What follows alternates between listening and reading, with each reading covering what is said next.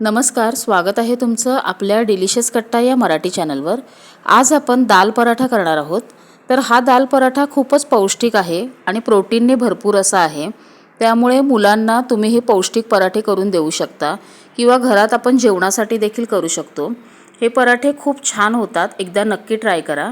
माझ्या रेसिपीज बघायला तुम्हाला जर आवडत असतील तर माझ्या व्हिडिओला लाईक नक्की करा आणि माझ्या चॅनलला सबस्क्राईब करा। तर चला हे पराठे कसे करायचे ते आता बघूया। दाल पराठा करण्यासाठी इथे मी पाव वाटी पिवळी मुगाची डाळ घेतली आहे, पाव वाटी तूर डाळ, पाव वाटी मसूर डाळ, पाव वाटी चणा डाळ। तुमच्याकडे जर हिरव्या सालाची मुगाची डाळ असेल तर ती पाव वाटी घ्या, मटकीची डाळ असेल तर तीही पाव वाटी घ्यायची। आता मी सगळ्या डाळी ह्या वाटीने मोजून घेतल्यात। तुम्ही घरातली कुठलीही वाटी घ्या, म्हणजे तुम्हाला किती पराठे करायचे त्या अंदाजाने तुम्ही प्रमाण ठरवा। आता ह्या डाळी काय करायचं आहे, सगळ्या एकत्र करायच्या।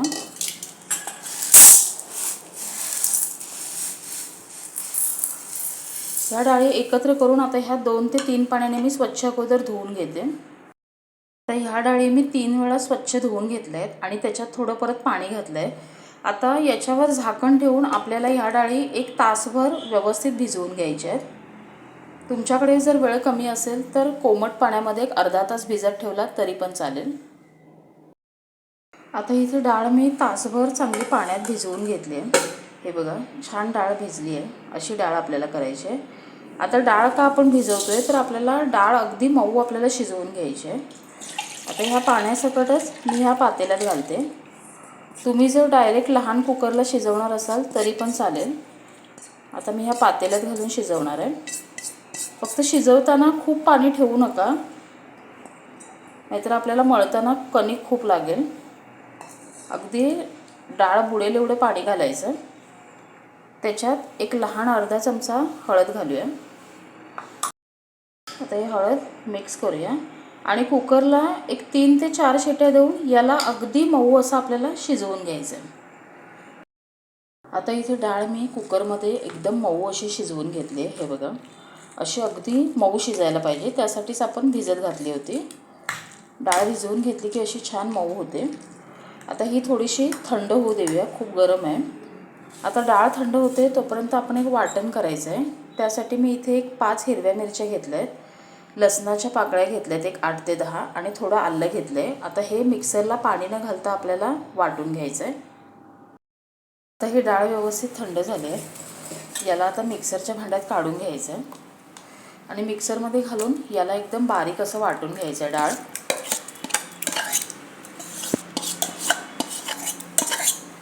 आता ही डाळ मी एकदम बारीक वाटून घेते।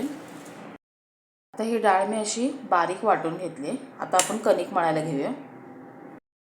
आता वाटलेली डाळ मी ताटात काढून घेतली आहे। आता त्याच्यात काही मसाले घालूया। आता इथे मी मोठा 1.5 चमचा धने जिरे पावडर घेतली आहे, ती घालायची।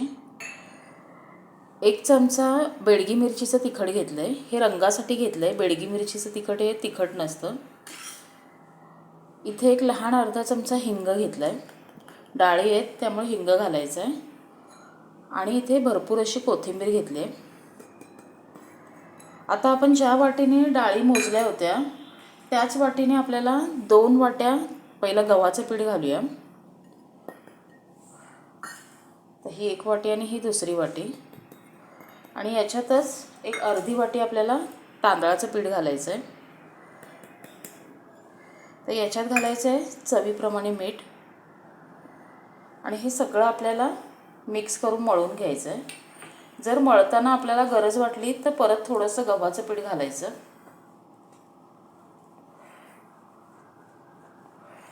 आता हे सगळं व्यवस्थित असं मळून घ्यायचं। हा डाळीचा पराठा आहे, फार पौष्टिक असतो। मुलांना डब्यात वगैरे तुम्ही देऊ शकता किंवा पोळी भाजी करायचा कंटाळा आला तर हा पराठा करू शकता। हा तुम्ही दह्याबरोबर वगैरे किंवा लोणच्याबरोबरही छान लागतो। हे बघा, हे असं दाबून दाबून मळायचं। आता ह्याच्यात आपण पाणी नाही वापरायचं।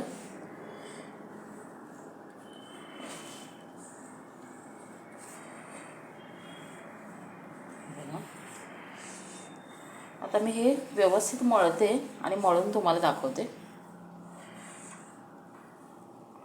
आता इथं आपलं पीठ व्यवस्थित मळून तयार आहे। याच्यात मला वरून अजिबात पीठ घालण्याची गरज लागली नाही आहे। घेतलेल्या प्रमाणामध्ये पीठ व्यवस्थित मळलं गेलं आहे. आता याच्यात एक 2 चमचे तेल घालायचं आणि गोळा एकसारखा करून घ्यायचा. आता आपण जी हिरवी मिरची, आलं आणि लसूणचं जे वाटण केलेलं ते मी पीठ मळतानाच घातलं आहे. फक्त ती क्लिप माझ्याकडून डिलीट झाली आहे. त्यामुळे तुम्ही कणिक मळताना त्याच्यामध्ये आलं, लसूण, मिरचीचं जे वाटण आहे तेही घाला. आता हे पीठ असं सगळं एकसारखं करून घ्यायचं. हे बघा, अगदी परफेक्ट प्रमाण आहे, त्यामुळे एकाच वाटीच्या मापाने सगळं घ्या. आता याचे लगेच पराठे करायला घेऊया. आता यातून एक गोळा घेऊया. तुम्हाला लहान मोठे ज्या साईजचे पराठे करायचे आहेत तसा गोळा घ्या. आता मी इथे लावण्यासाठी गव्हाचं पीठच घेतलं आहे. आपण जसं चपाती करतो तसंच आपल्याला हे करायचं आहे. थोडंसं पुरी एवढं गोल लाटून घ्यायचं, पुरीपेक्षा थोडंसं मोठं. याच्यात मध्ये थोडं तेल घालायचं. असं केल्याने काय होतं, आपला पराठा छान त्याला लेयर्स येतात. असं कडकडीत असं खूप हे होत नाही, खूप छान लेयर्स येतात त्याला, म्हणून असं घडीचं लाटायचं. आता याला व्यवस्थित गोल असं लाटून घेऊया. आपली चपाती जशी असते तसंच आपण याला करायचं आहे, जाड खूप ठेवायचं नाही याला. आता हा डाळीचा पराठा आहे, त्यामुळे लाटताना हळू लाटायचं.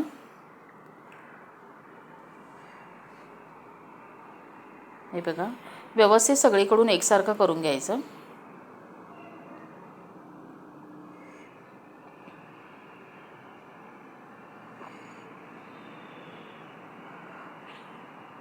मुलं रोज रोज चपाती खायला कंटाळतात, त्यामुळे असं काहीतरी चेंज केला की त्यांनाही आवडतं. आता हे आपलं लाटून तयार आहे. आता बाजूला तवा ठेवला आहे. तवा चांगला गरम झाला आहे. पराठा घालायचा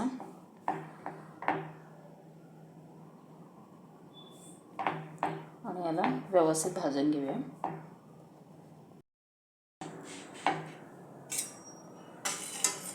तर हे परतून घेऊया.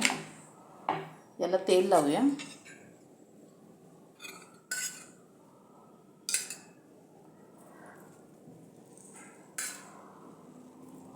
आणि याला छान परतून घेत असं खरपूस असं छान व्यवस्थित भाजून घ्यायचं आहे.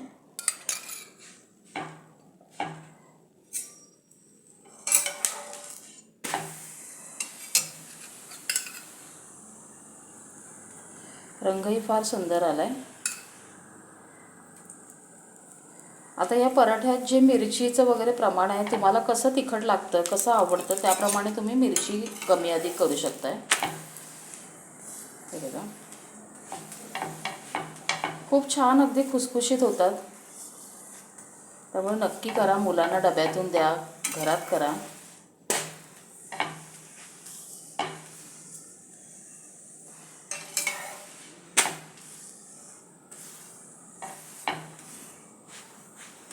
आता हा पराठा इथं भाजून तयार आहे.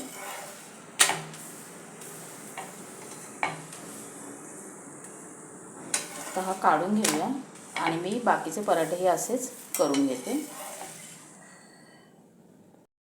आता इथे बघा, इथे आपले पराठे करून तयार आहेत. खूप छान रंग आला आहे. अगदी मऊसूत असे हे पराठे झालेत. चवीला तर खूप छान होतात. हे पराठे तुम्ही दह्याबरोबर किंवा कोणत्याही लोणच्याबरोबर, सॉसबरोबर, कशाबरोबरही खाऊ शकता. माझी रेसिपी जर तुम्हाला आवडली असेल तर लाईक करा, कमेंट करा आणि जर माझ्या चॅनलला सबस्क्राईब केलं नसाल तर माझ्या चॅनलला सबस्क्राईब करा.